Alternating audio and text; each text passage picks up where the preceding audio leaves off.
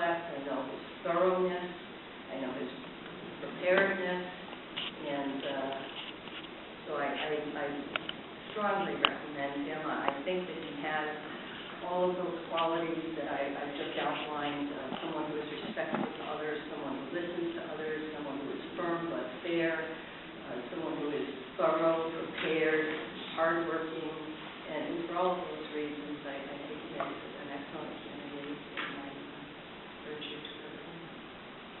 Thank you. Thank you for coming. Your testimony means a lot because you see him in a professional and in a personal way every day. There has been a judge that's retired. Oh, Judge Howard. Yes, he retired just 1 year ago. Right. Well, thank you for coming. It's a long way. Thank you very much. Judge Polar, Yes. certainly it sounds like you've done tremendous success as a first magistrate in the court. And from your perspective, I guess my question is, do you think you'll be a good judge? And why do you think you'll be a good judge?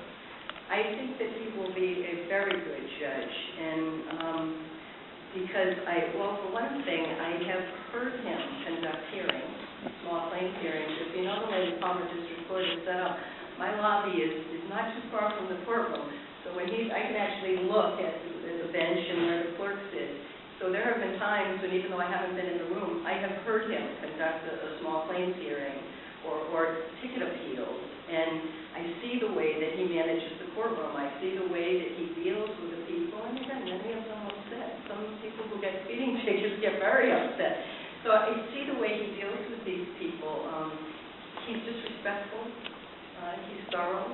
He's fair. He doesn't go in giving any indication that he has any bias one way or the other. And I think all of those qualities will make him a very good judge. Thank you. Thank you, Judge. All right, thank you.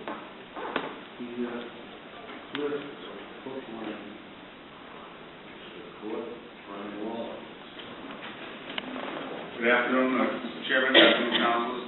My name is Brian Lawler. I'm the Clerk Magistrate of the Brookline District Court. I'm Vice President of the Clerks Association and Chairman of the Clerks Education Committee. Ben actually did not ask me to come out here today to speak to you. I think it was important enough for me to come here and speak on Ben's behalf. I met Ben when he became the Clerk Magistrate of the Palmer District Court back a few years ago. They were in need of some new management there and leadership.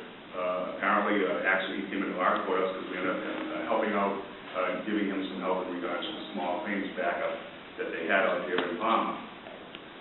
Through his leadership, the court is running the way it is today. As far as from the Clerks Association standpoint, he's run up the ranks in a very short time because of his leadership skills.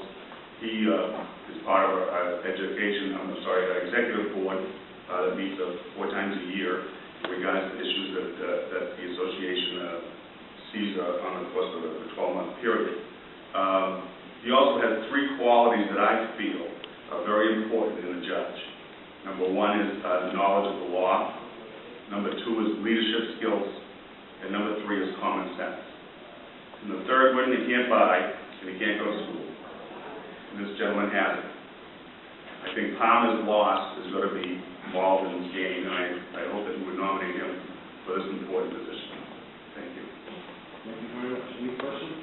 I just want to thank you for coming. And Brian was one of the finest appointments that was made, and we're very proud of his work as a Clerk Magistrate out in Brookline. And his testimony means a lot. Thank you for coming. Thank you. All right, thank you. Sergeant Cassidy, East One Police Department. Good morning. My name is Pat Manley. I'm the Sergeant of the East One Police Department. I presently am the court liaison. I do all our court work, any arrests, requests for complaints, search warrants, any issues to deal with the court, they go to my office. And I held this position also when the East One Police Department was affiliated with the Springfield District Court. The East One Police Department was removed from the jurisdiction of the Springfield Court and assigned to the Palmer Court to lessen the workload in Springfield. When we got to Palmer, we found that the workload there had piled up on them, and we were in even worse condition there than we were in Springfield. And shortly after that, Mr. Barnes was brought out to the Palmer Court. As mentioned through his leadership, he has got all the different agencies in the court, the probation department, the clerk's office, the judge, the security personnel for the building, and the court liaisons, the police agencies that come there working together. He always schedules meetings with the liaisons and invites the chiefs also from the various departments to come and meet when there are significant changes in the law. The OUI laws have been changed numerous times, updated and upgraded. We've had this new marijuana transition from a criminal offense to a civil infraction. We've had the juvenile offenses and other issues that we've had to deal with. Palmer has a juvenile session that runs in his building that he accommodates. We didn't have our juvenile jurisdiction switch, we're still in Springfield. He deals with a lot of juveniles that come in on traffic citations. One of the things I'd like to speak to is his sense of proportionality. When a kid gets a ticket and he comes before Mr. Barnes, he often will disappoint some of the police court liaisons by maybe continuing the case, continuing the ticket, giving the person a second chance. The offenses now for the junior operator are very serious reinstatement fees and penalties, and often when you punish the child for this speeding violation, you're also punishing the family because that youngster is not able to drive kids to and from school. You take that away, now the parents are back doing it again. They finally saw some relief, but now they're losing it. But he looks at the big picture. He always, no matter what the case is, he does the show cause hearings, he does the ticket appeals, he does Jenkins hearings. There are many formats where he has to find probable cause, including search warrants. And as a police liaison, we come before him, and he is the clerk in Palmer. And we don't always lead with the result we're looking for. He has a sense of fairness, and he always wants to protect the rights of everyone involved, including we're looking at people as bad guys, and we're not so interested in protecting their rights. Mr. Barnes looks at everybody as a citizen, and he is interested in protecting everybody's rights and addressing the issues fairly. Not all the court liaisons are always happy with Mr. Barnes. There's been times when we've disagreed, but again, I understand he never leaves me with a sense of unfairness.